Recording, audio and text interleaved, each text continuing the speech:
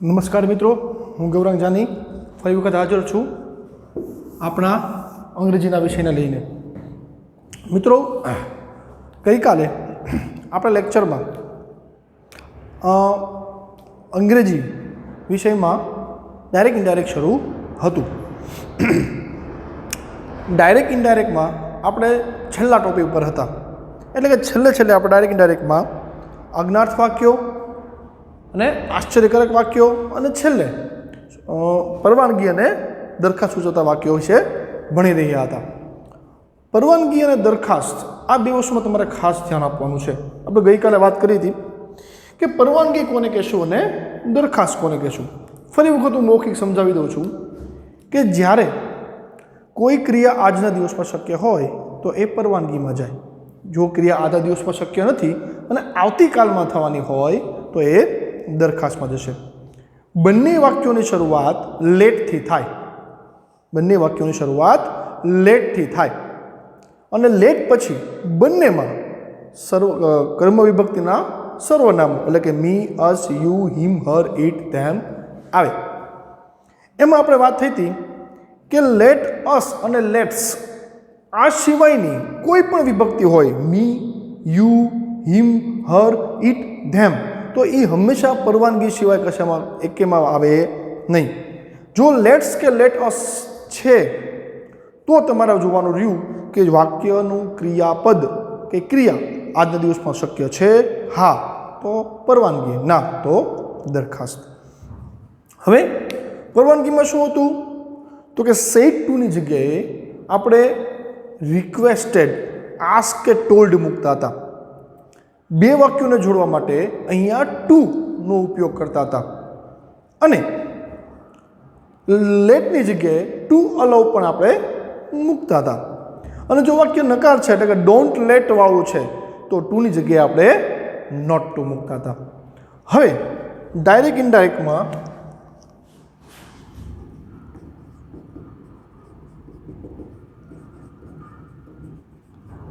જે પરવાનગી દરખાસ્તમાં બીજો ટોપિક છે એ છે દરખાસ્ત. તો મિત્રો, દરખાસ્ત કોને કહેવાય તો કે જ્યારે કોઈ વસ્તુની તમે પરવાનગી એટલે કે ભવિષ્યમાં કોઈ ક્રિયા કરવાની જ્યારે પરવાનગી લેવા જાઓ તો એને દરખાસ્ત મૂકી કહેવાય. ઓકે, અને આજના દિવસમાં કરવી છે તો એને પરવાનગી કહેશું. તો વ્યાખ્યા શું બને કે જ્યારે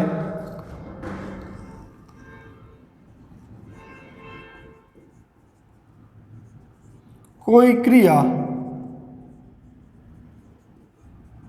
આવનારા સમયમાં કરવાની હોય તો તે ક્રિયાને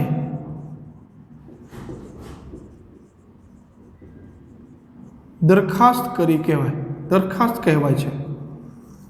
કરવાની હોય અને તેની મંજૂરી મેળવવાની થાય તો તેને દરખાસ્ત કહેવાય. હવે અહીંયા એના પેટા નિયમો. પહેલી વસ્તુ, જો વાક્ય દરખાસ્તનું હોય તો તેની શરૂઆત લેટ્સ અથવા લેટ અસ થી જ થાય. બહુ સિમ્પલ વસ્તુ છે.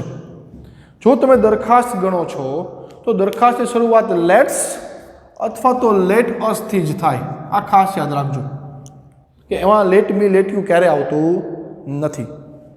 ઓકે. બીજું, અહીં સેડ ટુના બદલે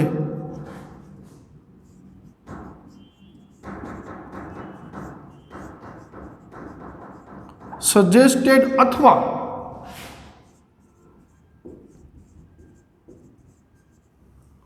પ્રપોઝડ આવે. શું આવે?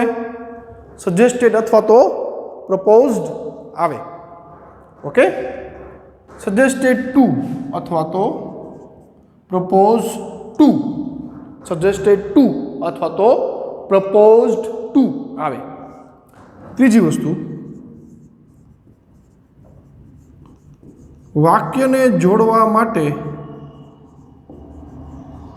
ધેટ સંયોજક આવે. હવે જો દરખાસ્તનું વાક્ય છે, જો પરવાનગીનું વાક્ય છે તો વાક્ય જોડવા માટે ટુનો ઉપયોગ કરીએ છીએ, પણ જો દરખાસ્તનું વાક્ય હોય તો વાક્યને જોડવા માટે શેનો ઉપયોગ થાય? ધેટનો ઉપયોગ થાય. ચોથી અને બહુ અતિ મહત્વની વસ્તુ,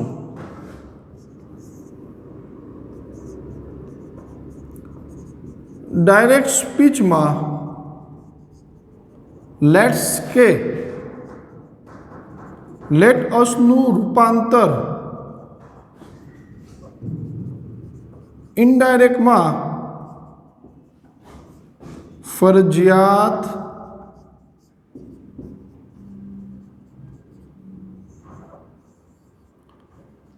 ધે શુડમાં જ થાય.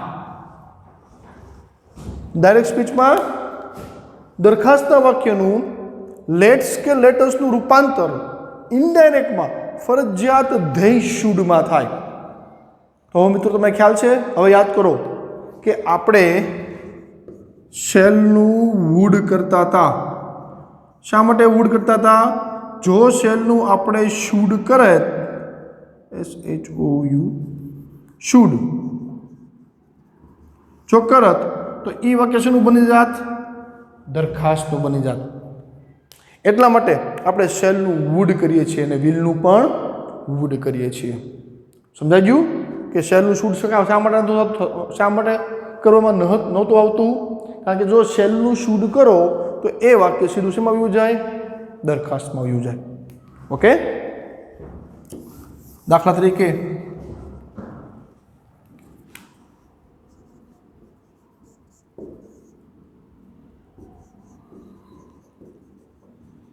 Manthan said to Kalpesh,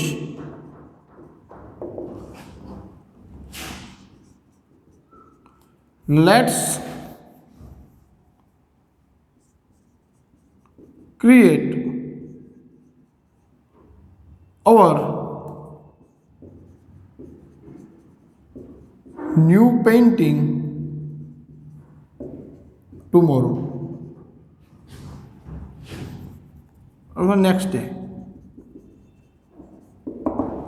Let's create our new painting next day. My boss said to me, let us open the new office. Let's open the new office. ત્રીજું, we said to them, let's not get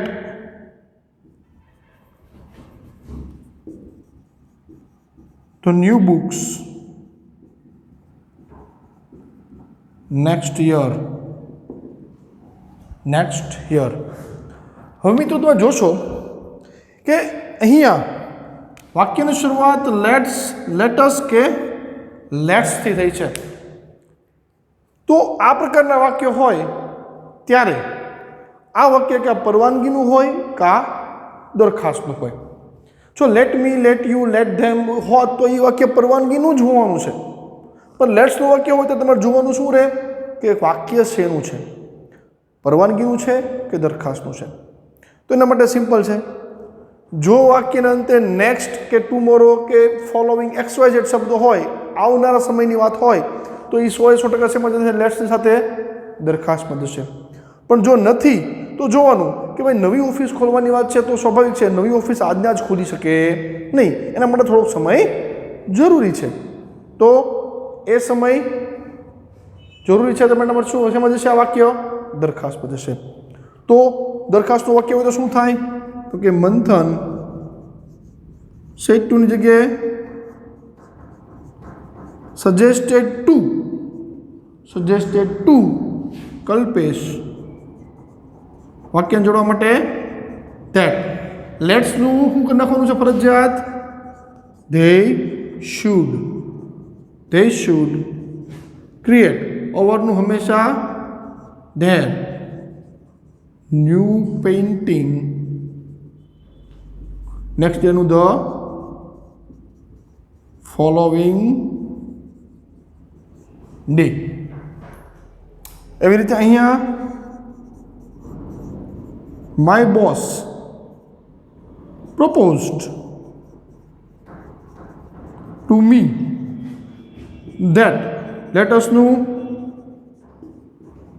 they should open the new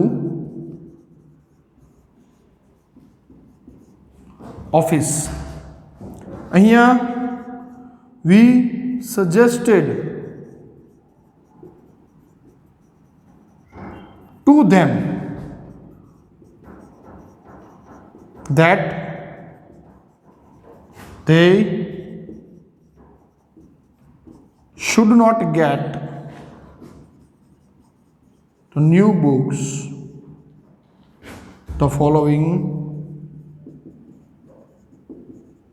year.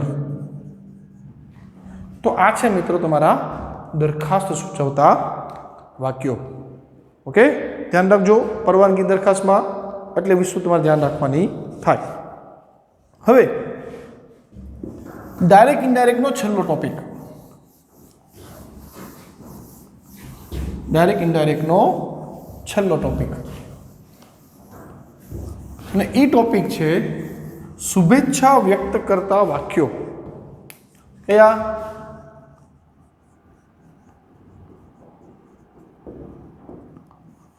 શુભેચ્છા વ્યક્ત કરતા વાક્યો. હવે મિત્રો શુભેચ્છા વ્યક્ત કરતા વાક્યો કોને કહેવાય? તો કે જ્યારે કોઈ વ્યક્તિને આપણે ગુડ મોર્નિંગ કહીએ, ગુડ નાઇટ કહીએ, બેસ્ટ ઓફ લક કહીએ, થેન્ક યુ કહીએ, તો આવા બધા જે વાક્યો છે એ શુભેચ્છા વ્યક્ત કરતા વાક્યો કહેવાય. તો શુભેચ્છા વ્યક્ત કરતા વાક્યો હોય તો એને ડાયરેક્ટ ઇનડાયરેક્ટમાં એક અલગ રીતે લખવામાં આવે છે. તો પહેલાં લખી નાખીએ કે શુભેચ્છા વ્યક્ત કરતા વાક્ય કોને કહેવાય? તો કે જ્યારે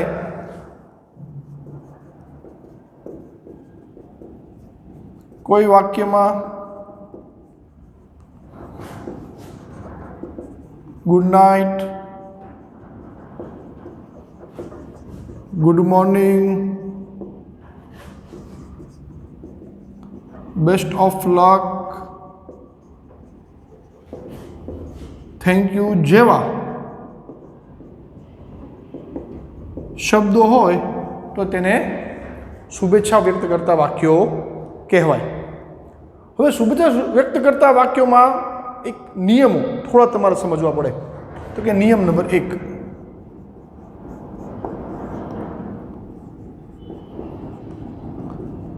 આ પ્રકારના વાક્યોમાં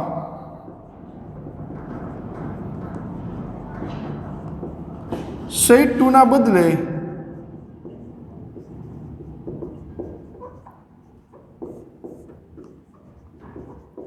વિશ્ડ આવે. વિશ એટલે શુભેચ્છા આપવી, શુભેચ્છા પાઠવવી. ઓકે.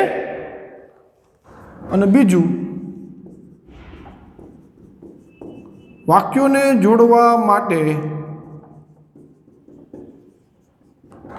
કોઈ પણ પ્રકારનો શબ્દ આવતો નથી. ખાસ યાદ રાખજો, ટુ, ઇફ, ધેટ એવા કોઈ પણ પ્રકારના શબ્દો શુભેચ્છા વ્યક્ત કરતી વખતે ઇનડાયરેક્ટ સ્પીચમાં આવશે નહીં. ત્રીજી અને અગત્યની વસ્તુ, જો શુભેચ્છામાં થેન્ક યુ હોય તો સેડ ટુ ના બદલે થેન્ક્ડ આવે. શું આવે? થેન્ક આવે અને વાક્યમાંથી થેન્ક યુ નીકળી જાય છે. બરોબર. જો અવતરણ ચિહ્નમાં વાક્યમાં થેન્ક યુ છે તો થેન્ક યુમાં સેડ ટુની જગ્યાએ વિશ્ડ મૂકવા નથી, પણ થેન્ક યુની જગ્યાએ સેડ ટુની જગ્યાએ થેન્ક મૂકવાનું છે. અને જે વાક્યમાં ઇનડાયરેક્ટ સ્પીચમાં બનાવીએ ત્યારે થેન્ક યુ આખો શબ્દ ઇનડાયરેક્ટ સ્પીચમાંથી નીકળી જાય. દાખલા તરીકે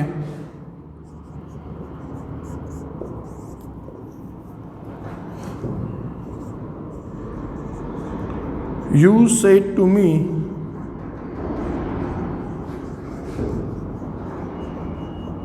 good morning, my friend. I said to my students, best of luck for your exam.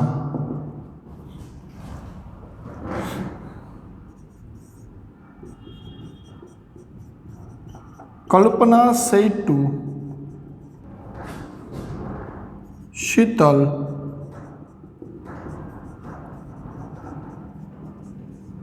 thank you for your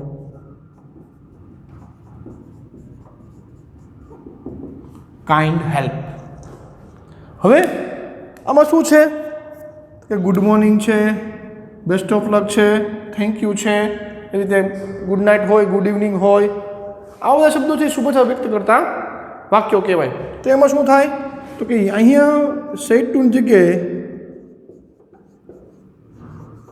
વિશ્ડ આવશે. યુ વિશ મી, સીધું જ ગુડ મોર્નિંગ. માય એટલે સંબંધના વિભક્તિ પહેલો પુરુષ, કોણ? બોલનાર. બોલનાર કોણ છે? યુ. તો યુનું થઈ જાય યોર ફ્રેન્ડ. ઓકે. પણ ખાસ સેડ ટુની જગ્યાએ વિશ કરવાનું છે અને આ ભાગમાં કોઈ પણ પ્રકારનો પ્રત્યય જોડવા માટે મૂકવાનો નથી. બીજું વાક્ય, I wished my students best of luck for your એટલે કઈ વિભક્તિ? સંબંધક. કેટલામાં પુરુષ? બીજો. બીજો કોણ છે? સ્ટુડન્ટ્સ. તો સ્ટુડન્ટ્સનું શું થાય? ધેર. There exam. કેમ કે સ્ટુડન્ટ્સ બહુવચન છે તો બહુવચનમાં સંબંધકમાં શું થાય? ધેર. પછી અહીંયા કલ્પના સેડ ટુની જગ્યાએ થેન્ક આવશે. શું કામ? અહીંયા શું છે? Thank you. થેન્ક શીતલ. હવે આખું થેન્ક યુ નીકળી જાય, વાક્યને ફોરથી જોડી દેવાનું છે. શીતલ ફોર. અહીંયા શું આવી જાય? હર. કારણ કે સંબંધ વિભક્તિ બીજો પુરુષ સાંભળનાર. હર કાઇન્ડ હેલ્પ. તો મિત્રો આ છે તમારું ડાયરેક્ટ ઇનડાયરેક્ટ. હવે થોડીક ડાયરેક્ટ ઇનડાયરેક્ટનું વસ્તુ તમારે સમજવાની છે અને એ છે કે માની લો કે ડાયરેક્ટ ઇનડાયરેક્ટમાં તમને એક જ વાક્યમાં બે પ્રકારના શબ્દો આપ્યા હોય, અથવા તો ઘણી વખત એવું બને કે ડાયરેક્ટ ઇનડાયરેક્ટમાં બોલનાર તો હાજર છે પણ સાંભળનાર વાક્યની અંદર છે. તો આમાં અમુક પ્રકારના વાક્યો છે જેને આપણે ધ્યાનથી સમજવાના છે. કારણ કે આ કદાચ આપણે પેરેગ્રાફ ટ્રાન્સલેશનનું કહે તોય ભલે, અને પેરેગ્રાફ ટ્રાન્સલેશન ન કરતા સિંગલ વાક્યનું ટ્રાન્સલેશન કરવાનું કહે તો પણ આ વાક્યો ખૂબ જ જરૂરી બનશે. તો એમાં છે હવે છેલ્લો ટોપિક છે, એ છે અગત્યની વાક્ય રચનાઓ.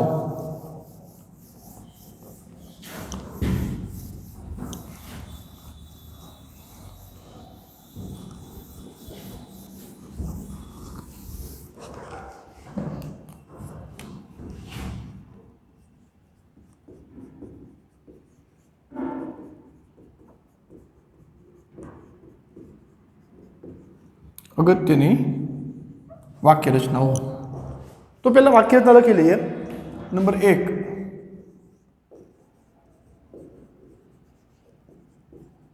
Mohan said to me,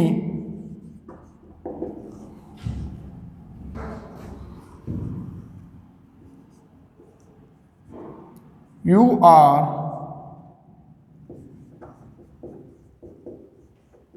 helping them, અલ્પવિરામ, I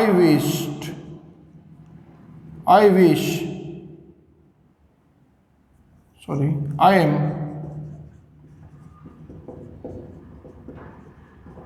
wishing you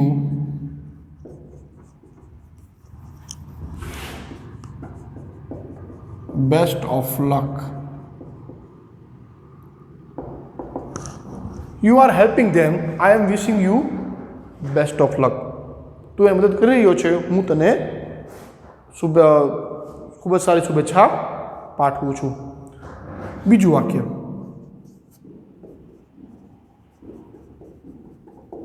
Krupali said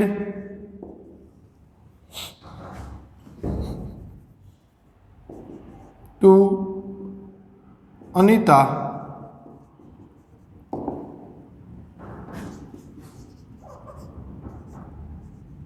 have you sent the mail?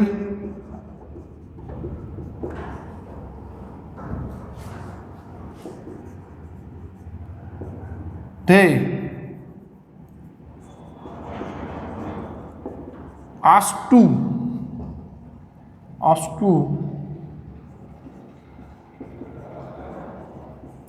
another one.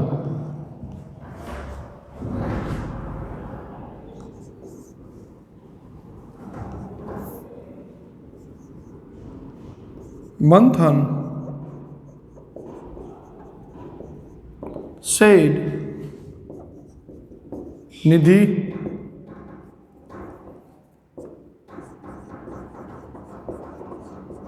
come here for help me.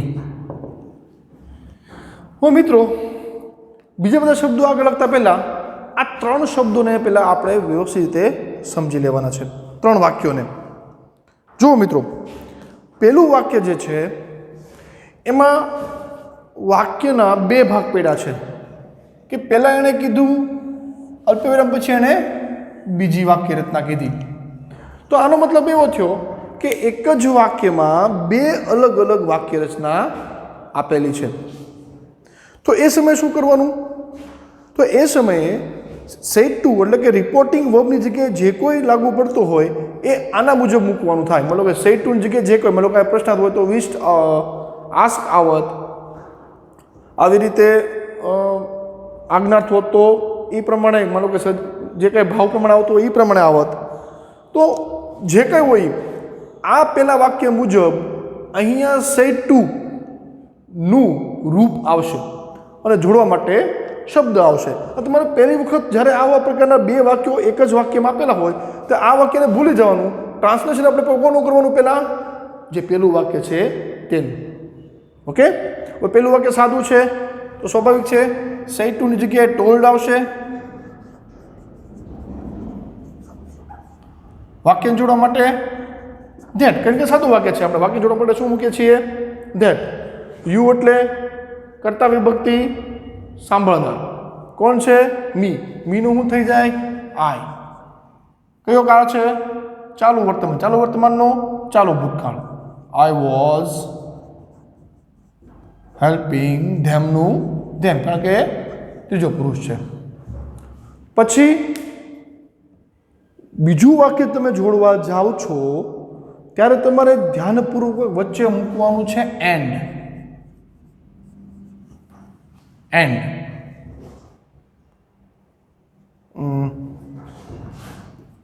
Sorry,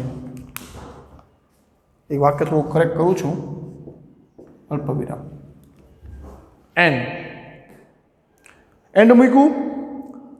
હવે જે કોઈ બોલનાર છે, જે કોઈ બોલનાર છે એની કર્તા વિભક્તિ એન્ડ પછી આવશે, આ વાક્ય શરૂ કરતા પહેલા. બતાવ કોણ છે? મોહન. તો મોહનનું અહીંયા શું આવે? હી. સ્ત્રી હોત તો શી આવત ને બહુવચન હોય તો ધે આવત. તો અહીંયા શું આવશે? હી. એક શબ્દ ઉમેરવાનો છે એટલે કે આપણે એડેડ એવું કહેશું. એડેડ. એડ એટલે ઉમેરવું. અહીંયા શું કહેવા માંગીએ છીએ કે એને પેલું વાક્ય બોલ્યું પછી એને પાછું એન્ડ હી એડેડ એને વાક્ય ઉમેર્યું. હવે વાક્ય જે ઉમેર્યું બરોબર એ વાક્યને જોડવા માટે અહીંયા ધેટ કે XYZ જેવી વસ્તુ આવે. માનો કે ભાઈ અહીંયા કેમ ધેટ આવ્યું? એ આ નિયમ પ્રમાણે. એમ અહીંયા કોઈ પણ નિયમ હોય એ નિયમ પ્રમાણેનો શબ્દ વાક્યને જોડતો શબ્દ અહીંયા આવે. એને શું કીધું? I am wishing you best of luck. Okay, તો અહીંયા વાક્ય જોડશું આપણે ધેટથી. કારણ કે જો અહીંયા વિસ્ટ કે એવું કંઈ આવશે નહીં, કારણ કે અહીંયા વાક્ય સિમ્પલ છે. વાક્ય શું કોણથી છે? કર્તાથી છે. આ એટલે કર્તા વિભક્તિ. બોલનાર કોણ છે? મોહન. મોહનનું શું થાય? હી. ઇમિઝારનું વોઝ વેલ. વિશિંગનું વિશિંગ. યુ એટલે કઈ વિભક્તિ? કર્તા વિભક્તિ. સાંભળનાર. સાંભળનાર શું થાય? યુનું મી. શું કામ મીનું મી રે? કારણ કે યુ એટલે કર્મ વિભક્તિ સાંભળનાર. સાંભળનાર કોણ છે? મી. તો મી શેમાં છે? કર્મ વિભક્તિમાં છે. તો મીનું શું રે? Me. Best of luck. Okay, બીજું વાક્ય કૃપાલી. હવે સેટ ટુની જગ્યાએ કોઈ પણ વાક્ય મૂકવાનું છે, પણ કેવી રીતે મૂકશું? તો પહેલું વાક્ય જોઈને. પહેલું વાક્ય શેમાં છે? પ્રશ્નાર્થ છે. તો અહીંયા શું આવશે? આસ્ક અનિતા. એ વાક્ય જોડવા માટે પ્રશ્નાર્થમાં ખબર છે આપણે ઇફ અથવા તો વેધરનો ઉપયોગ કરીએ છીએ. વાક્ય કેવું બનાવવાનું છે? પ્રશ્નાર્થનું સાદું વાક્ય બનાવવાનું છે. તો યુ એટલે કર્તા વિભક્તિ. કેટલામાં પુરુષ? બીજો પુરુષ. કોણ? સાંભળનાર. તો અનિતાનું શું થશે? શી.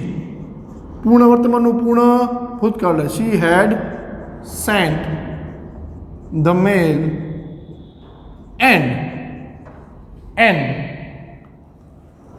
ફરી વખત એને વાક્ય ઉમેરે છે તો એન્ડ શી એડેડ ધેટ. તો આ વસ્તુ તમારે યાદ રાખવાની છે કે જ્યારે બીજું વાક્ય આપેલું હોય તો એમાં એન્ડ મૂકવાનું, પછી કર્તા વિભક્તિ પ્રમાણે જે કોઈ હોય એનું કર્તા વિભક્તિનું રૂપ મૂકવાનું અને એડેડ મૂકવાનું. અને વાક્યને જોડવા માટે જે કોઈ શબ્દ આવતો હોય એ શબ્દો તમારે અહીંયા મૂકવાનો થાય. Okay, and she added that.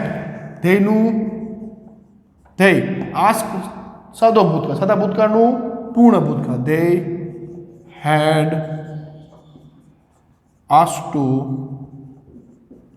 another one. Okay. હવે ઘણી વખત એવું બને કે અહીંયા જે બોલનાર છે એ અવતરણ ચિહ્નની બહાર એક જ છે, પણ સાંભળનાર હોય એ વાક્યની અંદર હોય, વાક્યની શરૂઆતમાં હોય, વાક્યના અંતમાં હોય. એક બીજું વાક્ય લખીએ એટલે તમને ખબર પડી જશે.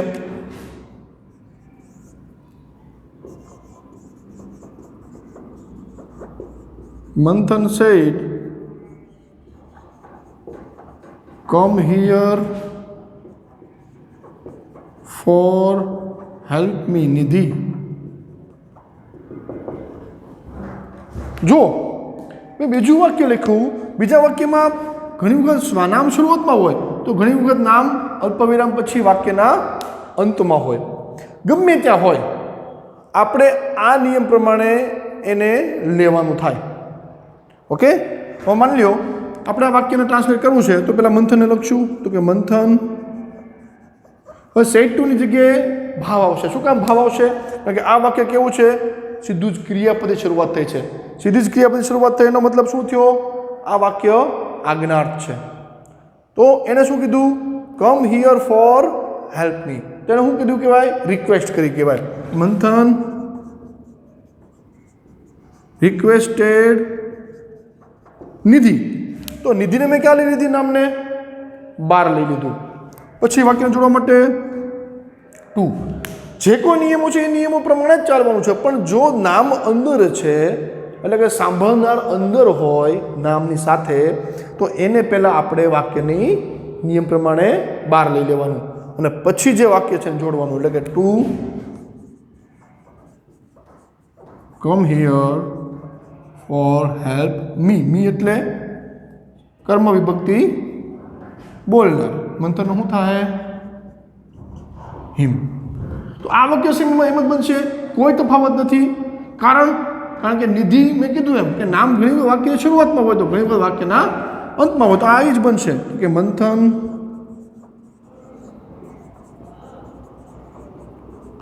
Requested Nidhi to come here for help him. As simple as that. આમાં બીજો કોશો ફેરફાર કરવાનો નથી. ઓકે, હજી એક વાક્ય છે જે તમારે સમજવાનું છે.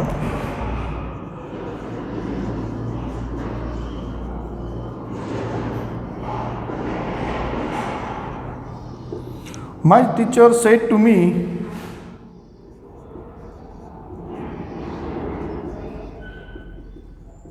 Are you going to home now?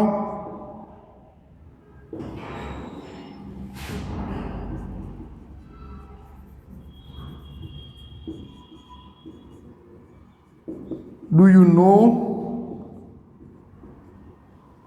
your house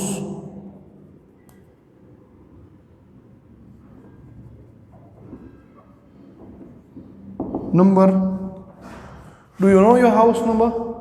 okay, જો આમાં એટલા માટે સમજાવ્યું કે અહીંયા વાક્યમાં એક નહીં પણ એ ટીચર છે એ બે સવાલ કરે છે. તો સ્વાભાવિક છે આપણે જે સવાલ પૂછતા હોય એ પ્રમાણે સહિતનું આસ્ક કરવાનું છે. તો કે માય ટીચર આસ્ક મી. વાક્ય જોડવા માટે ઇફ. વાક્યને સાદું બનાવવાનું છે. યુ એટલે કર્તા વિભક્તિ સાંભળનાર. મી, મીનું શું થાય? I was going to home then. And હવે બીજી વાર પ્રશ્ન પૂછે તો એનું સર્વનામ મૂકીને અગેઇન આસ્ક કરવાનું છે. શું કરવાનું છે? અગેઇન આસ્ક એટલે કે ફરી વાર પૂછે છે. અહીંયા એ વાક્ય ઉમેરે છે. અહીંયા સવાલ પૂછ્યા પછી બીજો સવાલ પૂછતા નથી એટલે એડેડ કરી શકાય છે. પણ જો એક જ સવાલ વ્યક્તિ પૂછે અને એ જ વાક્યમાં બીજો સવાલ પૂછે તો શું આવશે? Again ask. Again ask. ફરી વખત વાક્ય જોડવા માટે ઇફ. યુ એટલે કર્તા વિભક્તિ સાંભળનાર. તો અહીંયા પણ આઈનું શું થશે? આયુનું શું થશે? આઈ. ડુ એટલે ચાલુ સાદો વર્તમાન કાળ. સાદા વર્તમાન કાળમાં પહેરવાનું છે સાદા ભૂતકાળમાં. I knew. યોર એટલે સંબંધ વિભક્તિ સાંભળનાર. મીનું શું થઈ જાય? માય. House number. તો મિત્રો આ છે ખાસ અગત્યની વસ્તુ જે તમારે યાદ રાખવાની છે. ઓકે, ફરી વખત કહી દઉં છું.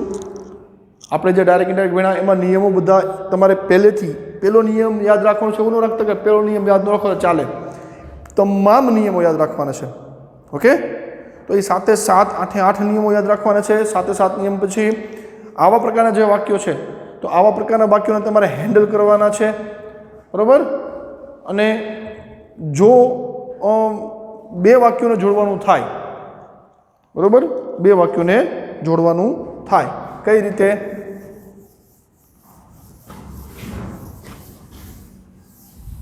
માની લો બે વાક્યો આપ્યા છે અને તમને બે વાક્યો ટ્રાન્સલેટ કરવાનું કહે છે.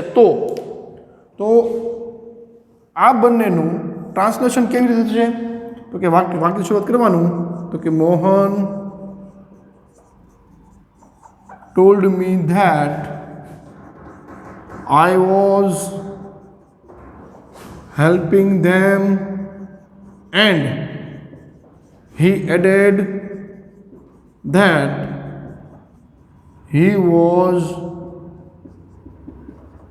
wishing me best of luck. Then હવે મારે આ વાક્ય જોડવું છે, તો વચ્ચે હું ધેન મૂકીશ. ઓકે, તો યાદ રાખજો મિત્રો કે ઇનડાયરેક્ટ સ્પીચમાં કોઈ પણ પ્રકારના ચિહ્નો એલાઉડ નથી. પછી અલ્પવિરામ હોય, પ્રશ્નાર્થ ચિહ્ન હોય, ઉદ્ગાર ચિહ્ન હોય, XYZ કોઈ પણ પ્રકારનું ચિહ્ન એલાઉડ નથી. એને સળંગ લીટીમાં જ લખાય. વાક્ય શરૂ થાય, વાક્ય અંત સુધી ફૂલ સ્ટોપ આવે, બસ. ઓકે, તો ધેન પછી વાક્ય જોડવું છે તો Krupali ask Anita if she had sent the mail, and she added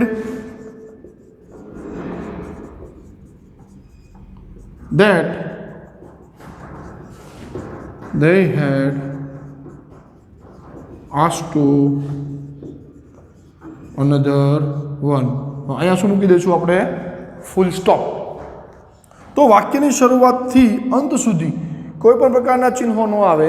અને જો બે વાક્યને જોડવાનું થાય તો પહેલાં અને બીજા વાક્યની શરૂઆત, પહેલું વાક્ય પૂરું થાય પછી બીજું વાક્ય શરૂઆત કરીએ એ પહેલાં ધેન જેવા શબ્દો તમારે મૂકવા પડે. ઓકે, તો આ છે આપણું ડાયરેક્ટ ઇનડાયરેક્ટ. હવે આવતીકાલથી ગૌરાંગ જાની હું તમારી સાથે ફરીવાર હાજર થઈશ નવા ટોપિકની સાથે. મહેનત કરજો, ધ્યાન આપજો. ત્યાં સુધી ગુડ નાઇટ, જય સ્વામિનારાયણ.